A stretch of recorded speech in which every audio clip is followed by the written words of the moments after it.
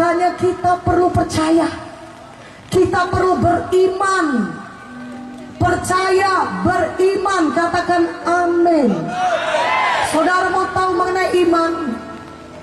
Iman adalah dasar dari segala sesuatu yang kita harapkan, dan bukti dari segala sesuatu yang belum kelihatan. Dasar dari segala sesuatu yang kita harapkan, itulah dia iman. Adalah baik kalau saudara berharap, tapi iman memberikan dasar kepada apa yang saudara harapkan, sehingga pasti apa yang saudara harapkan jadi kenyataan. Itulah dia iman. Katakan amin. Iman adalah bukti dari segala sesuatu yang belum kelihatan. Katakan amin. Saudara mau katakan kepada saudara, dengarkan baik-baik saudara.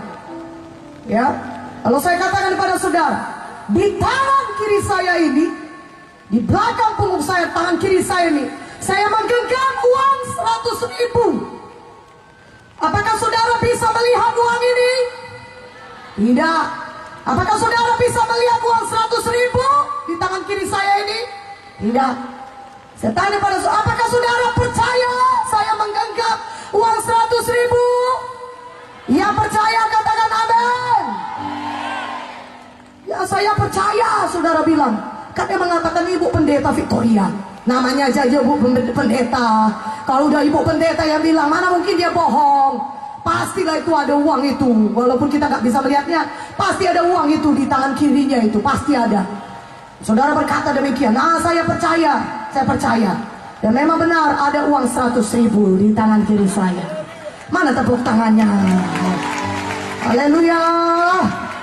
Tapi kalau saya katakan begini, apakah saudara percaya ada uang 100.000 di tangan kiri saya? Percaya? Percaya, saudara bilang, orang saudara sudah melihatnya. Itu bukan iman. Iman adalah saudara sudah percaya walaupun saudara belum melihatnya. Haleluya. Apa dasarnya? Karena Tuhan yang mengatakannya. Walaupun saudara belum lihat saudara sembuh, punggung saudara masih sakit, kaki saudara masih sulit melangkah, telinga saudara masih tuli, tapi saudara bisu, telinga sebelah tuli, mata buta, saudara. Tapi saudaraku, saudara sudah percaya, saudara sudah sembuh.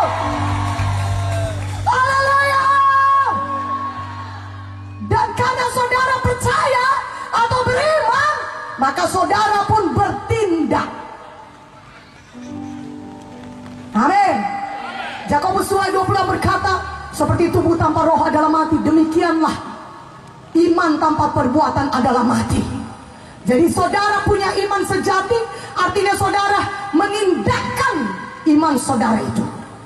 Makanya walaupun masih sakit saudara rasa, saudara akan bertindak karena saudara beriman.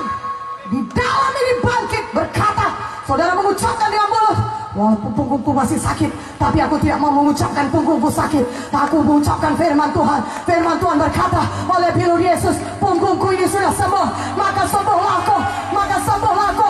Sudah sembuh aku, sudah sembuh aku sembuh. Amin.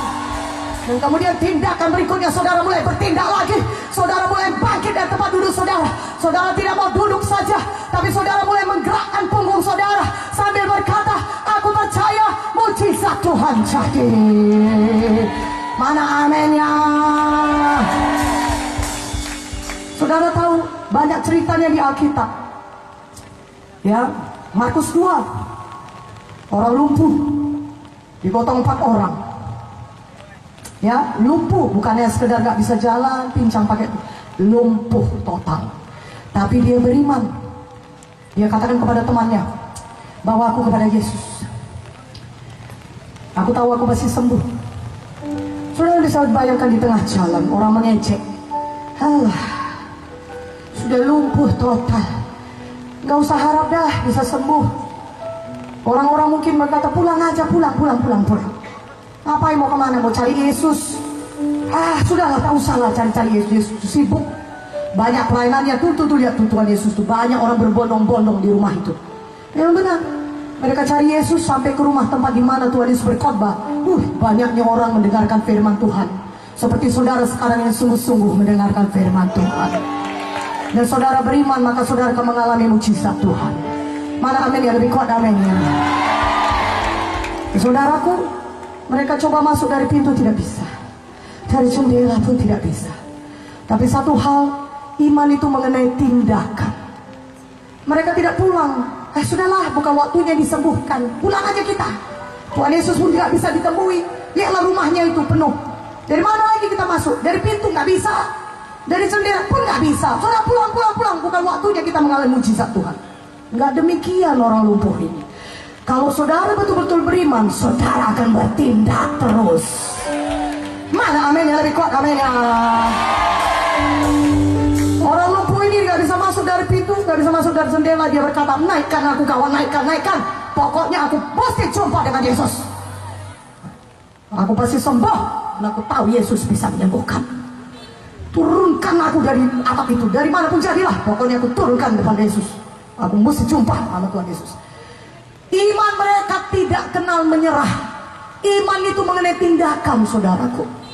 Ya, ini dia bukan hanya mengucapkan aku sembuh, tapi kemudian duduk terbaring di rumah, nggak berbuat apa-apa, nggak, dia bertindak.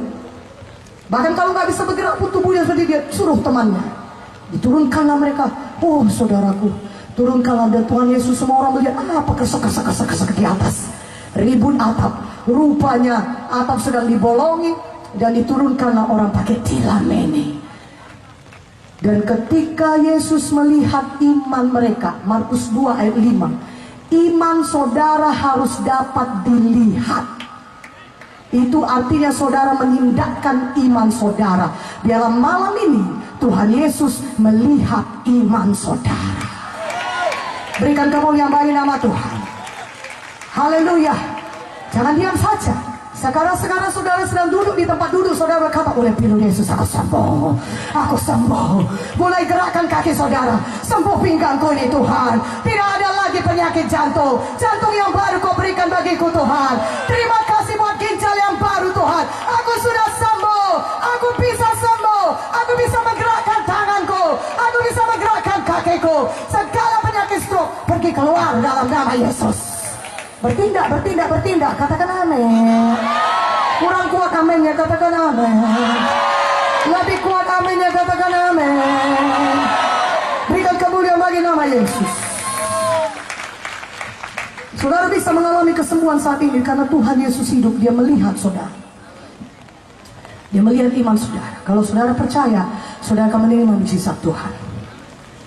Maka ketika Tuhan Yesus melihat iman mereka, dia berkata, hai anakku, dosamu sudah diampuni.